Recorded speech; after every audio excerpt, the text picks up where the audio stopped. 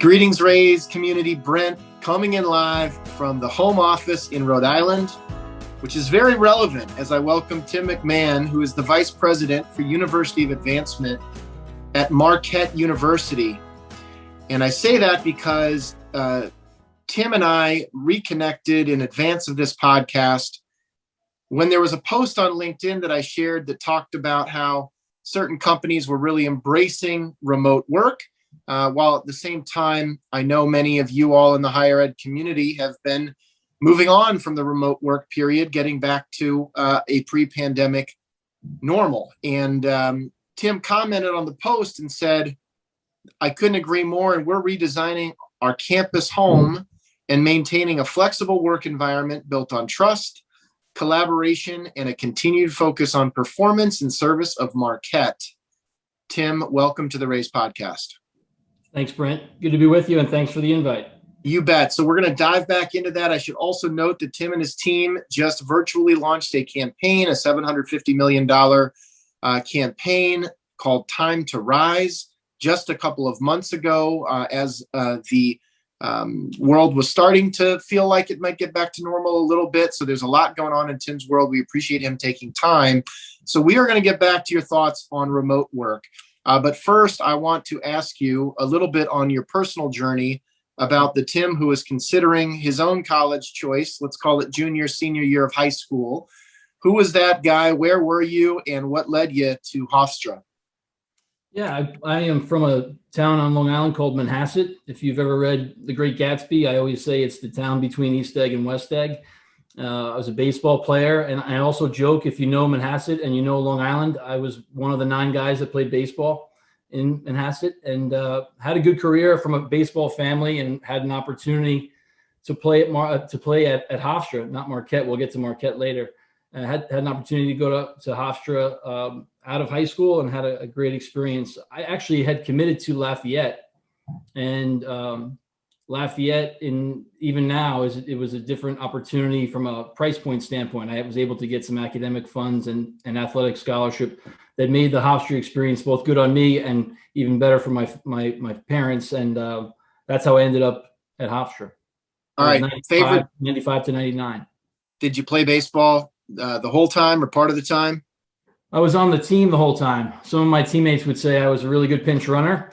But I was an outfielder on the program from 95 to 99. Well, then I'll just ask favorite memories, and it doesn't have to be on the field, but favorite memory being a part of the baseball team. Yeah, I think, Hofstra has grown into a more residential campus, more residential university, but back then it was largely a commuter school. It was kind of working its way towards that more residential environment.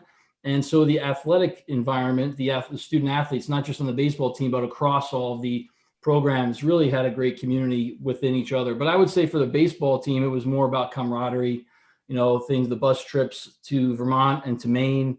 I would say my freshman year, we played Maine in the last conference weekend of the year. Maine always stacks or at least they did at the time. I don't know if they have baseball anymore.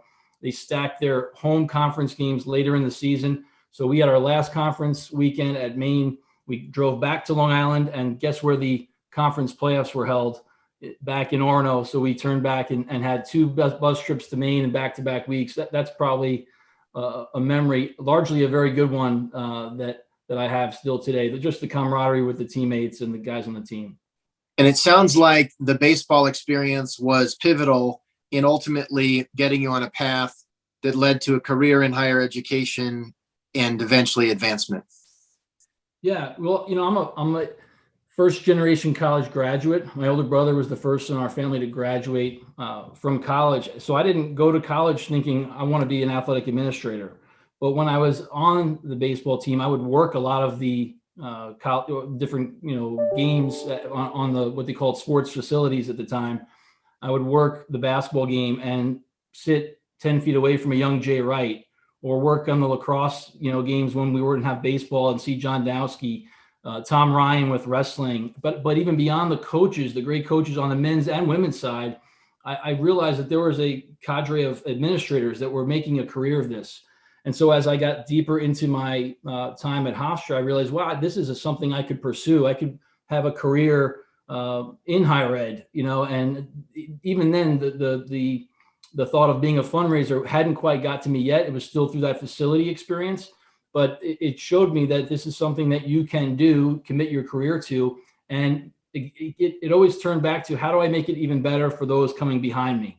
I looked at it as an opportunity to make something better. I had a great experience, but I thought, wow, if I could make a career in this, I could lead young men and women going from high school through college. It's a really formative experience for them. So that was one of the things that I realized during my career that led me into more of a pursuit of athletic administration and later on fundraising.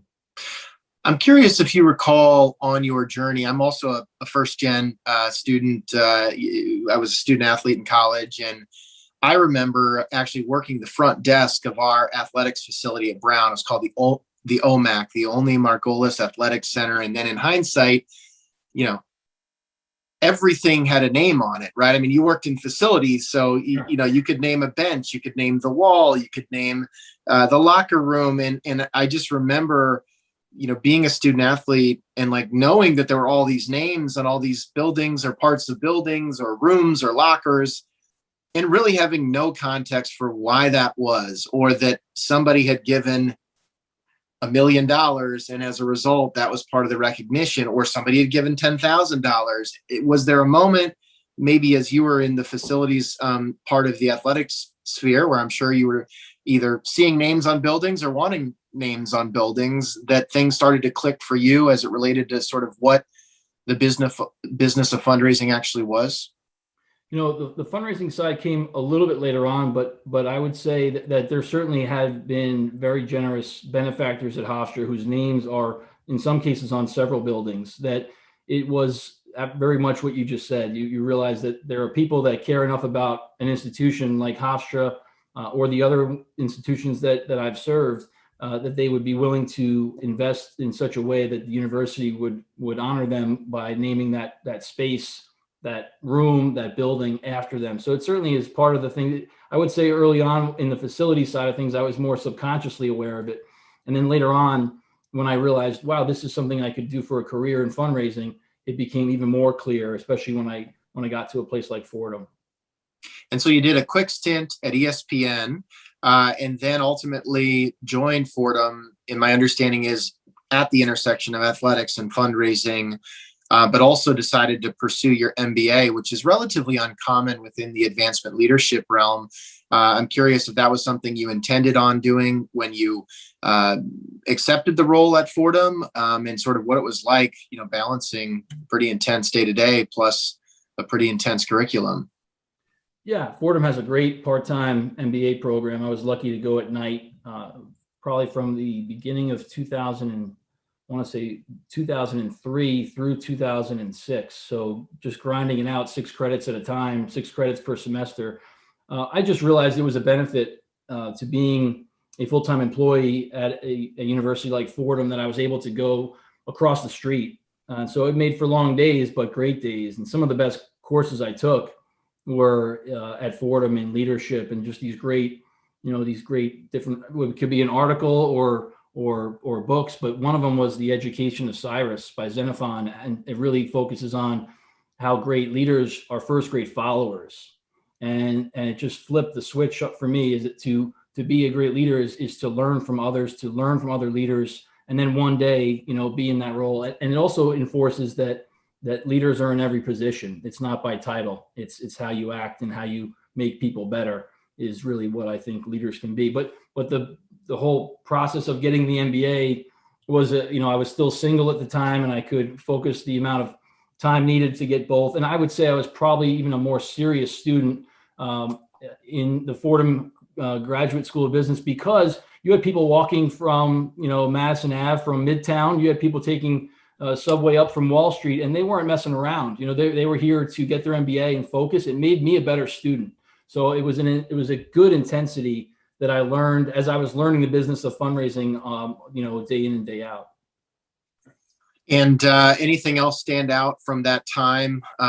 Tools in the toolkit from the MBA that maybe you'd want to share with the folks here? I think there's two things. One is just being a part of a team. You know, the MBA programs are known in many cases for that team approach, the collaboration, understanding how to manage, to really make sure you're bringing your value to the team. You know, and that teams don't want to really take lightly to people that are looking to go the easy route or just check something off a box. Really to bring your value and bring it every day, bring it to each project. And then the other part was just continued time management. You know, it's one thing to have time management between practices and workouts and travel. It's another thing to be earning a living, you know, and paying your bills and making sure that you're advancing in all of the different things. So it was just a continued evolution of my professional maturation. That was another good part of my training early on in my career. Love it. And at that point, you were, I presume, carrying a portfolio, really doing the fundraising work, getting the MBA, and then you ultimately went down a path of athletics administration as an associate AD back at Hofstra. And I'm curious if that was sort of the goal you set out to achieve as part of the MBA, or if it just sort of organically happened along the way. It more so happened along the way. The MBA was the best degree that I could get at the time at a place like Fordham. But my dream, when I was, again, going back to being a junior and senior in Hofstra, realizing that you could be, you know, ultimately perhaps an athletic director, that was probably my dream for a long time at least. And when I was at Fordham, you know, I was able to get to Fordham because I volunteered. You know, there was no job available. I reached out to a handful of New York City schools. Fordham was great about responding and saying, we don't have a position, but if you'd like to come in for an informational interview. And I didn't know a soul there. They took me in. And while I was there, spontaneously offered to work. I was working at a steakhouse at night and as a busboy, and so I could pay the bills. So getting to Fordham was really my way in to learn fundraising. And luckily, after a few months, they created a position for athletic fundraising. So development officer for athletics, if you will. Were you literally volunteering every day? Well, I took Fridays. I didn't come in, but I was Monday through Thursday, about 9 to 3. And it was a great experience. It was a way for me to test, do I like this? You know, am I any good at it? And do they like me? It's got to be both, right? It's got to be that win-win. I mean, yeah, but you know, post MBA unpaid internship is, I guess I should say this was pre MBA, but like the unpaid internship to get the foot in the door. I mean, that's serious. I mean, is that even allowed anymore? Can we even have unpaid interns? I mean, I don't know. Probably not. You know, I would have to talk to the HR team, but I looked at it as a way. I had done a couple years at facilities. I knew that wasn't my long-term fit. I had landed at ESPN, the magazine, from the help of a college teammate, realized after a few months working at ESPN is really cool, but it wasn't for me. Yep. And then when I came back to Hofstra briefly as a graduate assistant, I realized that marketing and promotions wasn't for me either. I would say my last day at ESPN was the Friday before 9/11. And it was a time in my life where as a young, I was 23, and one of my best friends was killed in 9/11. One of my second cousin died in 9/11. So for some odd reason, it's almost counterintuitive, I was pulled to the city, and I wanted to be at one of the New York City institutions. I wanted to be in New York during that time. Maybe I wanted to be part of whatever was going to happen next after 9/11. And a lot of my friends were living in the city at the time that I grew up with, or some of the college friends.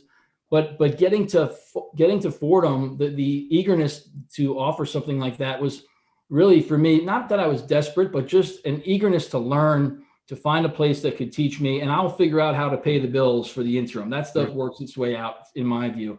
And then getting back to Hofstra was really because Jack Hayes, who you probably know from his time at Brown, Jack Hayes was the AD at Hofstra in 2004. And what I did was Frank McLaughlin, who was a longtime AD at Fordham, who's a big impact on my career at Fordham, is an absolute, you know, gem of a human being and a great person, great leader, and just embodies everything that's great about Fordham. I remember him saying, you know, he called me Timmy. He said, "Timmy, Jack Hayes back at Hofstra, one of my guys."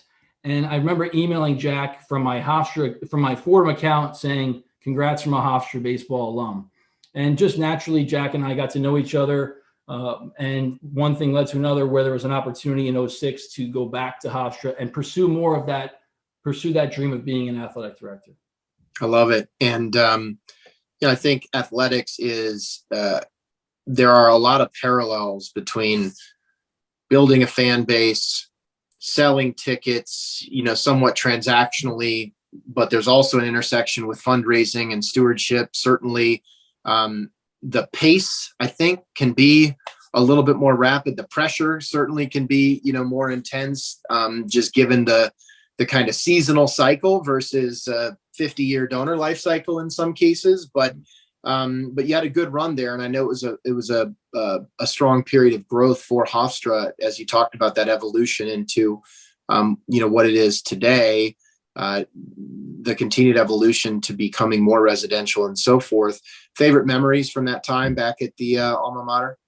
Well, I was there almost 7.5 years, so there's a lot of great times. I got a chance to work with my best friend growing up in Manhasset, Jay Artinian, who's now still there. We both started the same day, June 1st, 99, as athletic facility coordinators. So getting to work with Jay was great. I think the second month I was there, Hofstra made it to the championship of the CAA game. Unfortunately, they lost to UNC Wilmington that year. That was a great period of time. But there were some great teams at Hofstra during that stretch: men's and women's soccer, men's and women's lacrosse, men's and women's basketball. The baseball team had some really great years in the mix there, more increasingly competitive. And maybe perhaps best of all was their softball program. So there's so many great experiences looking back. In 2012, softball got to the super regional against South Florida. And really, it's athletics at its best. The ball bounces a few different ways. And so, Hofstra is getting to the College World Series for the first time ever. So there were some really great experiences there working for Jack and for Danny McCabe, who was his number 2. And really another way for me to grow. That's the time of my life where I was getting married and starting, a family with my wife, Kara. So a lot of memories, bringing the boys to some of the games before they even knew that they were at games, Right. But good stuff. Almost a full circle in a way for me being a student athlete and seeing the administrators bringing their kids to games. And then I was being able to do that just a few years later. What was it like? Because you got there in 2006, I believe, in that role. On one hand, you've got a, I'm sure there's a important connection between how the teams and how the program is doing and what that means for revenue and sponsorships and the business of college athletics. Mm-hmm. But on the other hand, you've got economic cycles to deal with and willingness to be sponsors, either corporate wise or even as an individual donor. So you get there during a very hot part of the economic cycle. Yeah. And then the sort of great recession happens, and you've got some pretty, major fallout pretty much all around the country. And so I'm just curious if anything stands out, sort of the alignment of how the teams were performing and your revenue outcomes, or if it was more about the macroeconomic cycle and what you all could do. Yeah, that's a great question. And it was always like anything else. It's usually a lot of, it's usually some version of all the above. Right. And so just personally, the roles I had at Hofstra, first the assistant AD for corporate relations, really focused going away from athletic fundraising and learning the business of corporate sponsorships and finding what mattered to them and finding that intersection of what kind of package, what kind of portfolio of sponsorship elements can we provide to them. That was really just another tool that I was able to get, in my career. Building a team, then a year later becoming the associate AD for external relations and leading ticket sales, ticket operations, sponsorships, and athletic fundraising and marketing. So leading that team, a broader team for the first time in my career with some great people who I still keep in touch with, being their leader, being their manager, but also being their partner, because at a Hofstra, it's a great Division I program. It's a mid-majors. So you have to be able to you're not going to be just standing in an ivory tower telling them what to do. You're in there with them. You're in it, which is great. And that was really fun, just learning that. And again, learning from Jack and Danny, a lot of the things, especially Danny teaching me some of the external pieces around sponsorships and how to build marketing and grassroots ticket sales and things of that nature.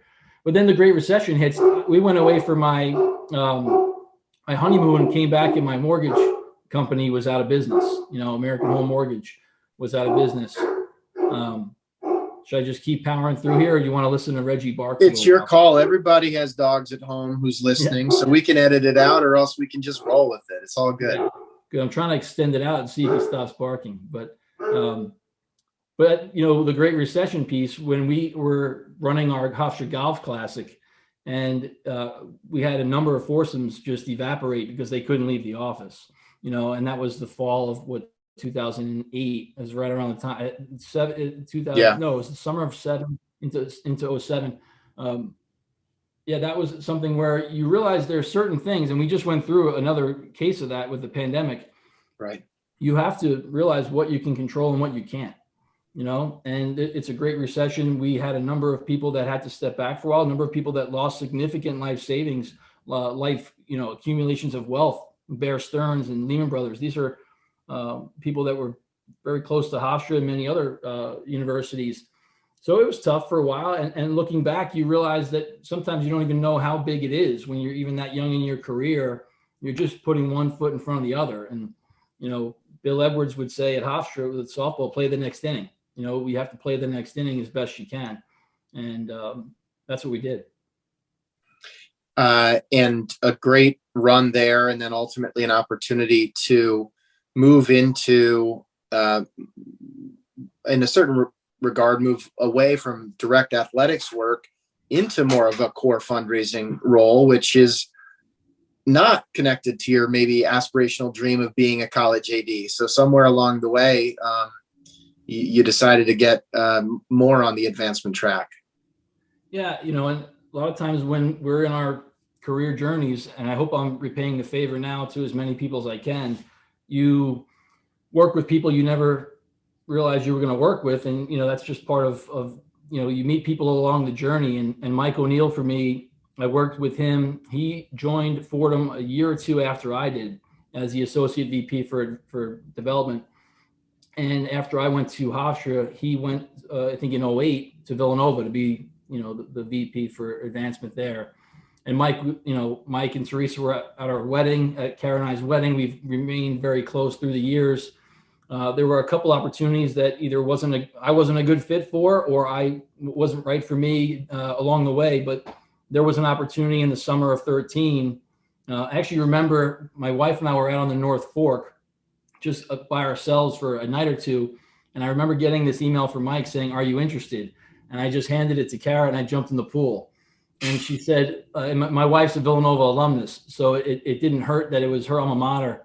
But she said, "Hey, if this might be the last chance." And Kara was right, because Mike said, "Listen, this is a great opportunity. We're about to launch a $600 million campaign." He really was talking about Villanova in a really exciting way. And I said no. And I said no, and I was taking my oldest son Brady to the movies, the movie Airplanes or Planes cartoon. And I remember driving there, and I parked, and I got a text from Mike, and he said, I'm just reaching out to you as a friend, not as someone who's trying to hire you, but I think you are making a big mistake and you might want to reconsider." And if you know Mike, that you're not surprised to get that kind of text, because he believes in what he believes in. And I am so grateful that he took the time to not give up on me in that moment. And I even get a little emotional thinking about it, because I wouldn't be sitting here talking to you right now if he didn't send that text. And so that's how I got to Villanova. It was a whirlwind, because our kids were 4 and the twins were 2.5, but it was the best kind of whirlwind you could ever imagine. And a great experience to move away from athletic fundraising, and goes to some of the things you hear about when you talk about leadership and leaders, seeing things in other people before they might see it in themselves. That's been Mike for me. That, he saw that I could be certainly maybe lucky enough to be an athletic director, but also maybe I could be a vice president for advancement someday. And I don't get to that opportunity at Marquette without Mike saying, why don't you at least give a shot at leading some of these major gift teams for our undergraduate colleges? And you couldn't have asked for a better time to be part of a campaign at a place like Villanova at that time. I love it. That's a great story. And we'll make sure to tag Mike when we publish this so that he gets to hear that from you directly. And you know, Villanova, it's got a special place in my heart. My first office mate, I worked in investment banking for 2 years out of college in Chicago, and my office mate, Brian Doherty, was a Villanova alum, and he was just so passionate, as many of the Villanova alumni are. And so they were sort of a surrogate team of mine ever since, or have been ever since. And so y'all raised a lot of money, made a big impact there. And then I guess along the way, I imagine, given the relationship with Mike and what it sounds like is some real mentorship, you were probably, you know, I'd imagine at some point, you know, starting to talk about what's next and sort of what the path might be. And it sounds like in part he inspired you. I'm sure he wanted to keep you on the team, but also, you know, maybe let you out of the nest in a certain regard as well. You know, again, well, Mike probably you know, Mike was great about always telling me and others, you know, you can be a vice president, you can do more. You know, you know, the grass isn't always greener, but sometimes it's time to move on. And Mike's done that in his own career too, with American Ireland Funds and Fordham and Villanova. So I think he understands sometimes for the right opportunities, it's important to move on. And yeah, that was an opportunity there to you know, follow some of his advice for a change, right? And so was Marquette sort of a specific opportunity that piqued your interest? Was it right time, right place? Or did you get to a point where you started to feel like, all right, I need to kind of put my hat in that ring and start to explore what the leadership opportunities might be out there? I really wasn't looking at all. I wasn't thinking about being a vice president. I wasn't even thinking I was ready in that respect. I was really enjoying the time at Villanova, made great friends on and off campus, and, you know, Kara and the boys were happy. One of my friends from Hofstra was the lacrosse coach at Marquette, Joe Amplo. He's still a good friend. And Joe and Marquette were playing at Villanova, and I texted him after the game, and it was a great game. Villanova won. And Joe said, "Hey, you know, there's going to be an opening." He thinks, would you be okay if I put your name into the search firm? You know, and so that's, you know, ultimately how I got to Marquette with Joe's referral, and a lot of somewhat in the best way, sleepless nights about, am I ready? Do we mess with Happy? You know, and go there. I had known about Marquette really just through the Big East and through, you know, the legendary Al McGuire. But I also, as I looked closer, you know, I felt a pull to Marquette that was a great opportunity. Certainly the leadership by Dr. Lovell, the mission, the Jesuit mission, Milwaukee. Once you come to Milwaukee, you realize what a cool place it is. And it's, in many ways, it's not Philadelphia, but Philadelphia in the early 2010, you know, was having a little bit of a renaissance in growth. I see that in Milwaukee right now. Yeah. If it's not already happening, it's about to. And I really believe that. I think I've seen it once before, and I think I see it again. So the closer you look at Marquette, you realize what there is. There's an incredible academic profile, the schools and colleges that it has, the level of research that they produce, the athletics in the Big East, and the way that they are increasingly and partnering with Milwaukee, whether it's the Near West Side Partners or the way that Dr. Lovell and his wife Amy have helped to start an initiative called SWIM, Scaling Wellness in Milwaukee.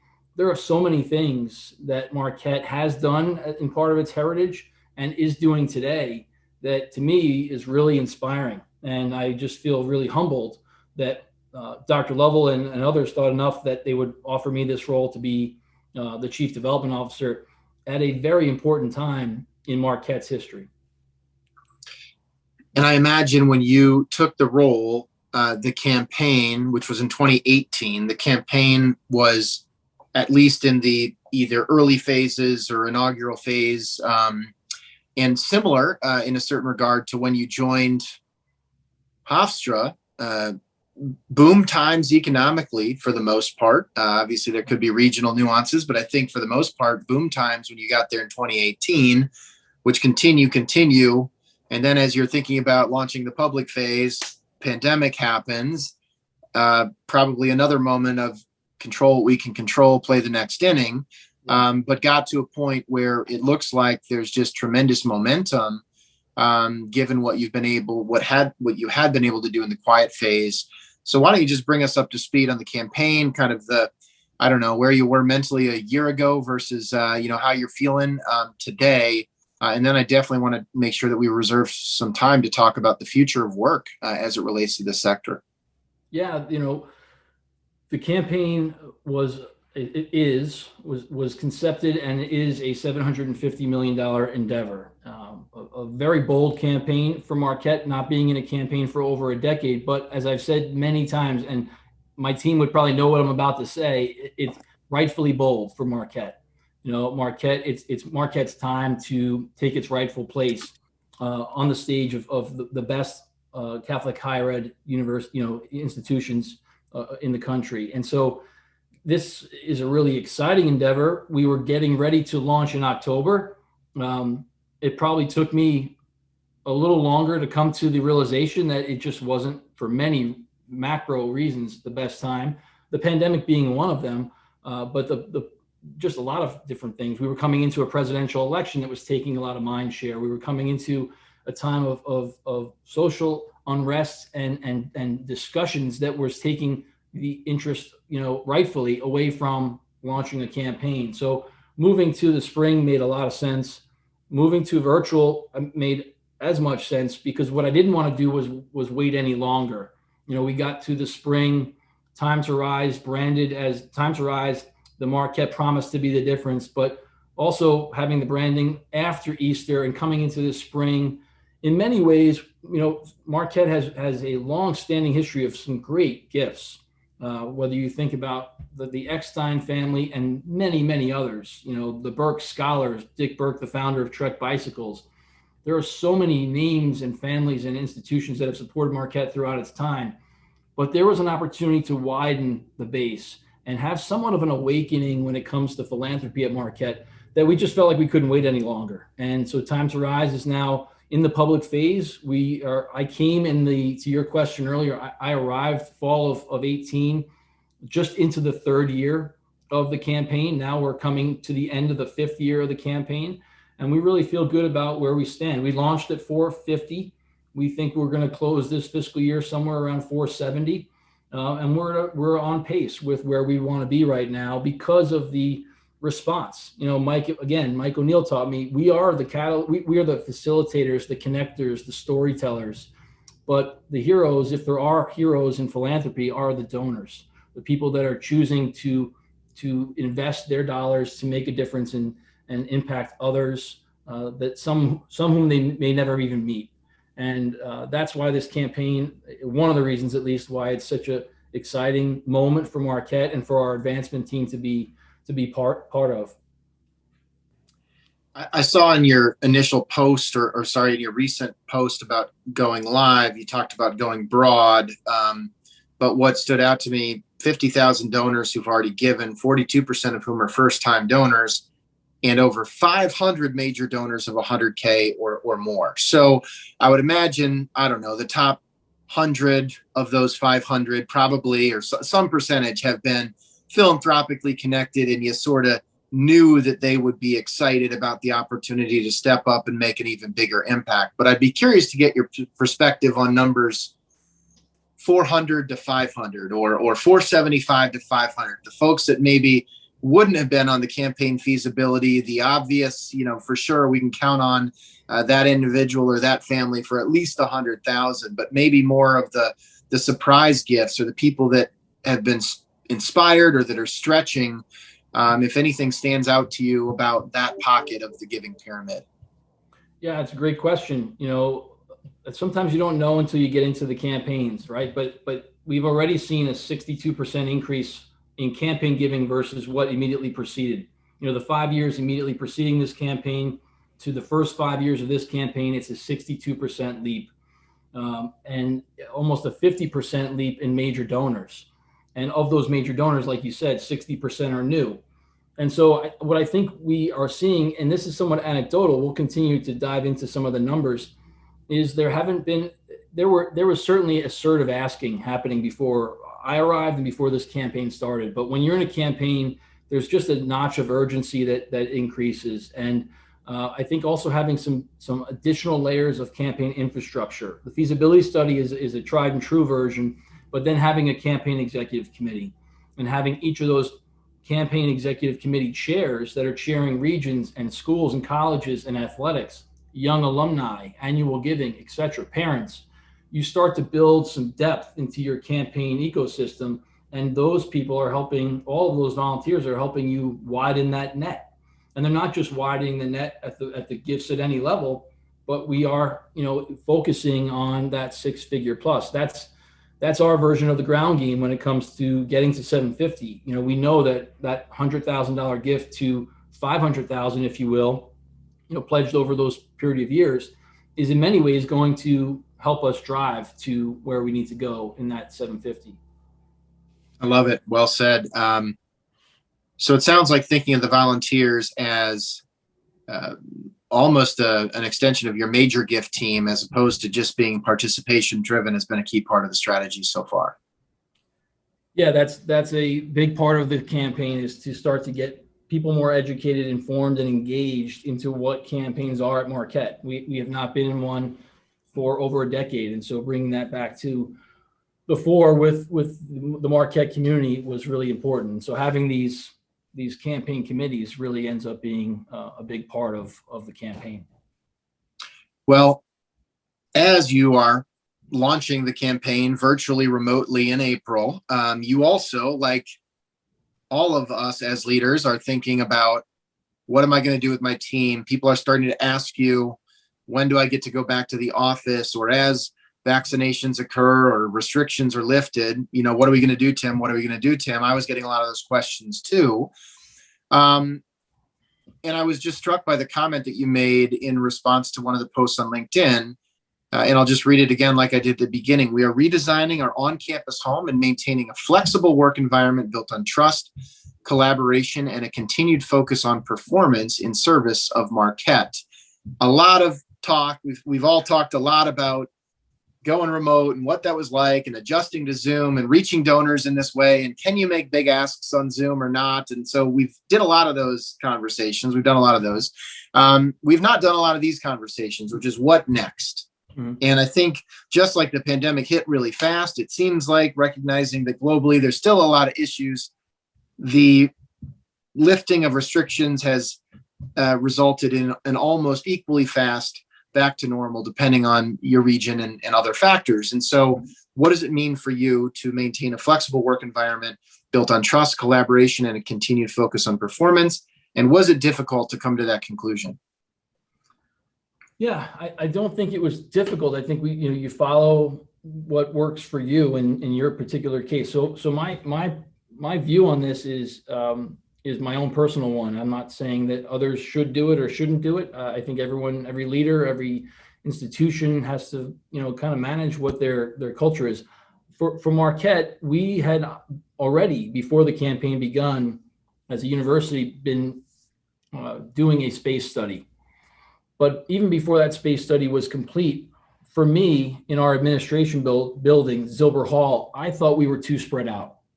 And so we were already in the process of shrinking our footprint, not only because, but in part informed by a great book I read called Culture Code, which, if you're familiar with that book, it talks about collisions, improper collisions in the workplace, being close enough in that proximity where you're going to have those impromptu conversations, strategic updates that are just happening at the water cooler in the doorway. But we were too spread out to even have those types of productive collisions.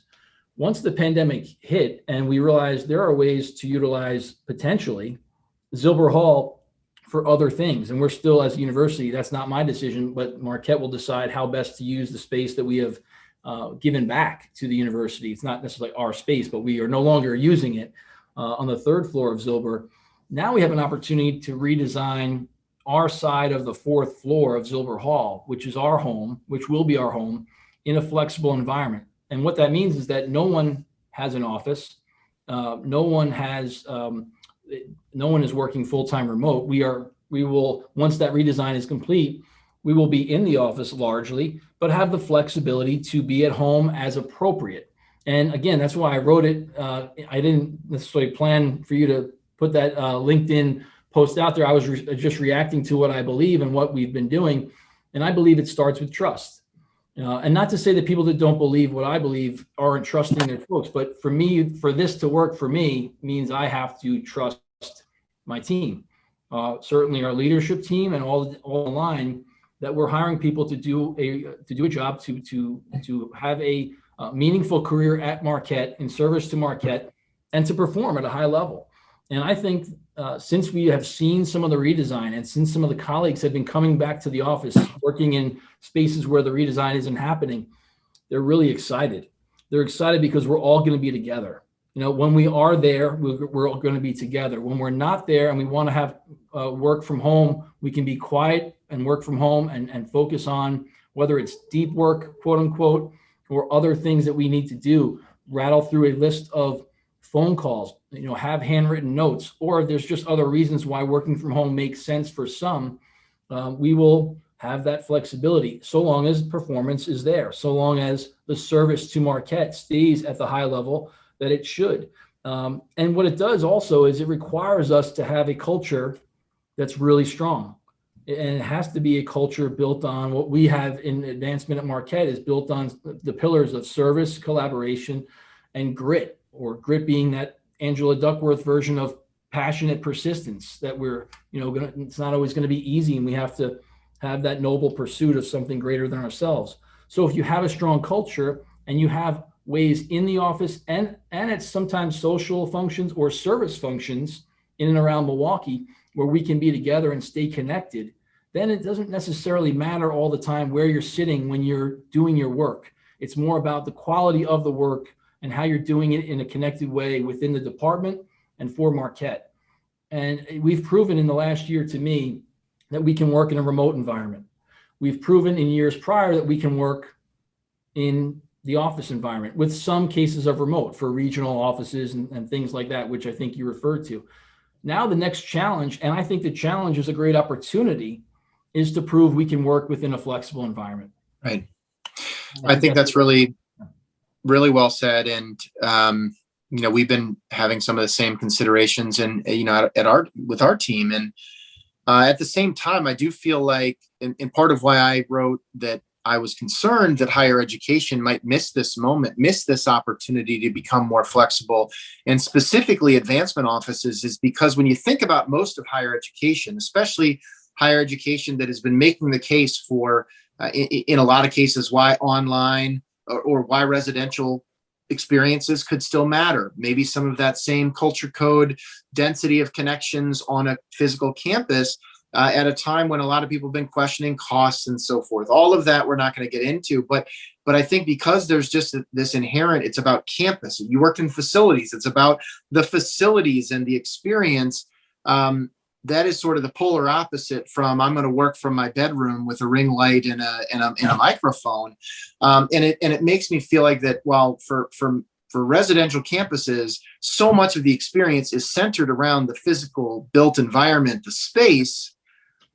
But when you think about remote work and advancement, I feel like major gift officers have been doing remote work or more so than almost anybody else at a college for decades, right? And so in a certain regard, we've always been remote, checking in, via the phone when that was the only way that we could, via email when that emerged. Sure. And so in a certain regard, it's like, this is the most remote office at most colleges, yet when you're not traveling to meet a donor, at least historically, you better be at that desk or you needed to be in the cube. And I just wonder, as a sector, if that changes. Yeah. Well, time will tell how it changes and to what extent.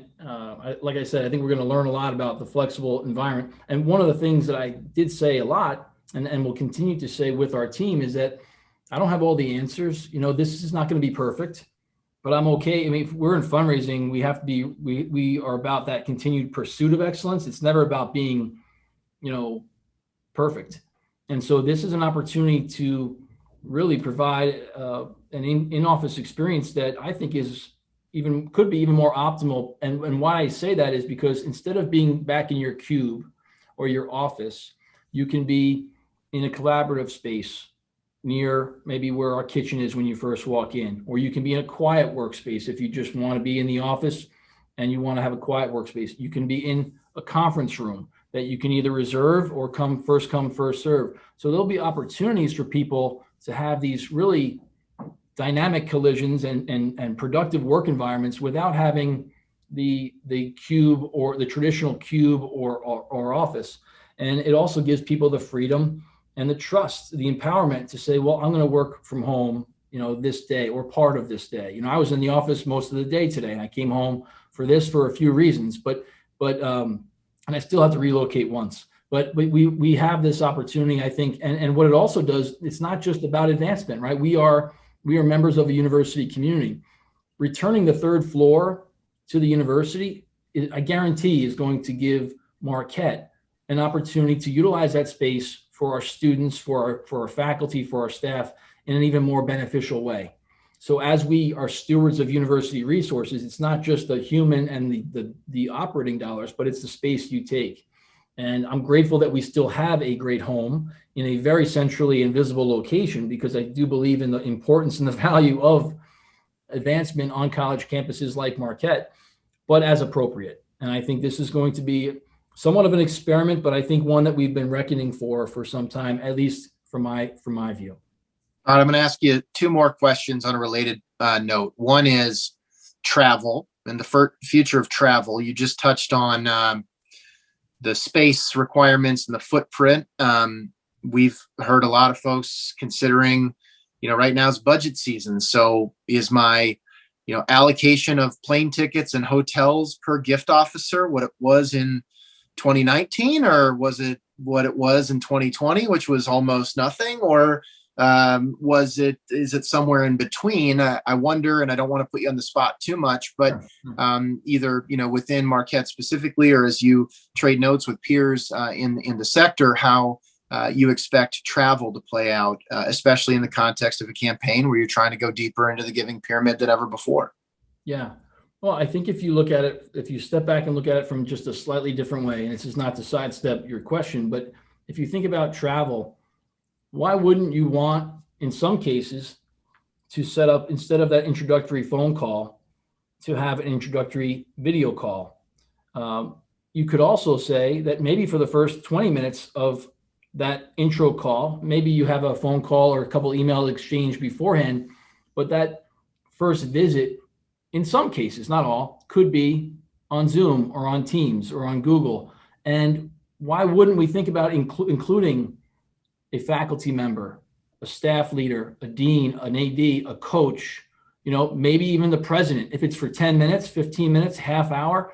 And then the second half is more getting to know the donor. Some introverts would rather start with substantive conversation and get to small talk later. Some extroverts are really desiring getting back in the office, but also the in-person events. So I think there's something for everyone here. I think the video piece is here to stay, but I think we have to be smart about how we incorporate it. But there are a lot of values, a lot of value add, and we have some great deans. Why wouldn't a dean want to be on a couple of video calls?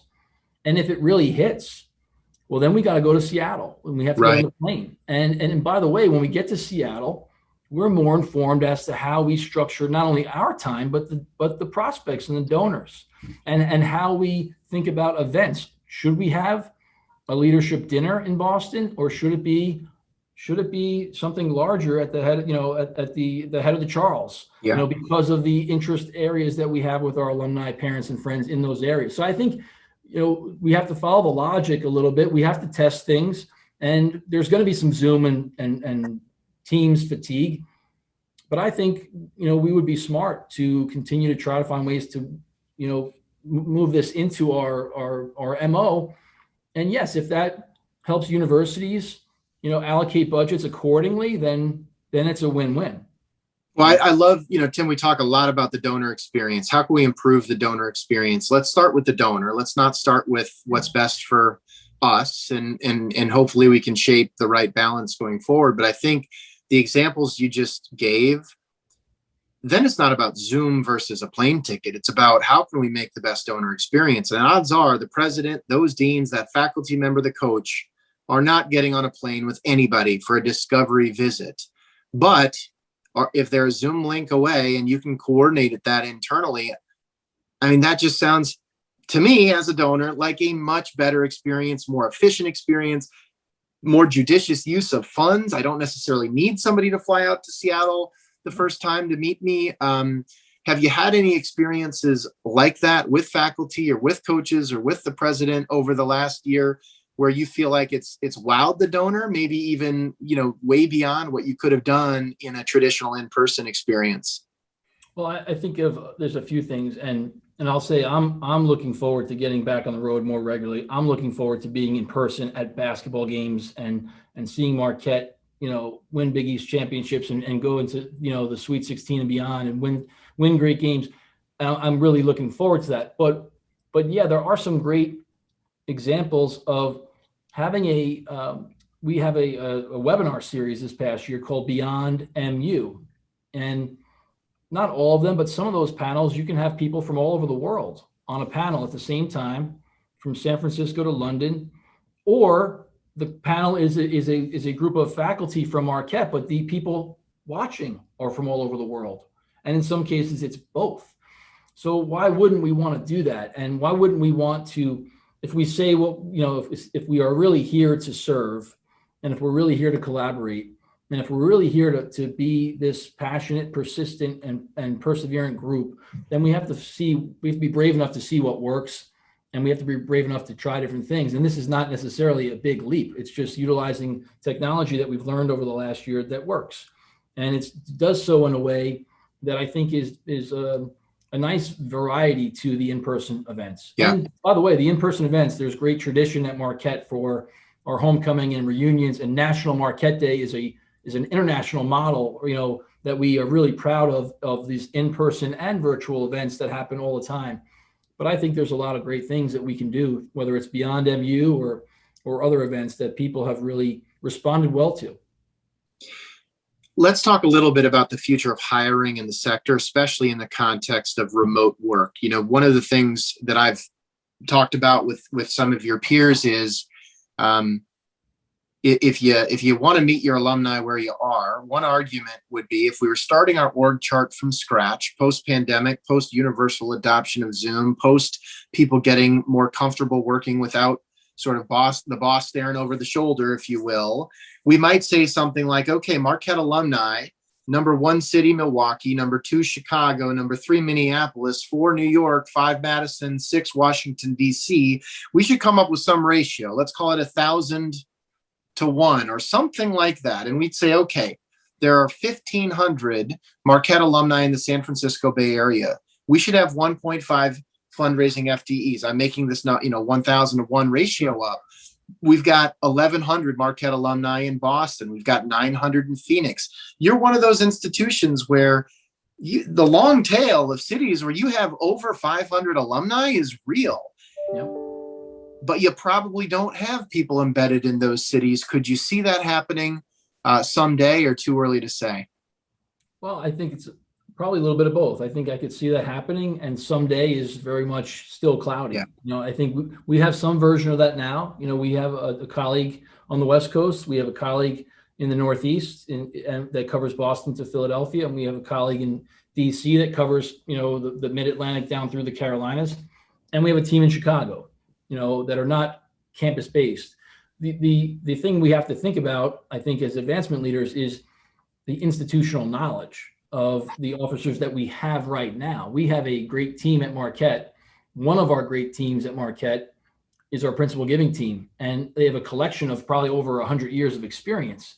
And so while they might be Milwaukee based, they're going to be traveling the country and have these long standing relationships with these donors. So it's not I don't look at it as a switch that you flip. I think in any organization, you have to look at what your org chart is, find the best positions for the best people. And there's always going to be that productive tension, I think, between school and college fundraisers, regional fundraisers, principal gift fundraisers, and then obviously our annual giving and individual giving teams that are casting a wider net.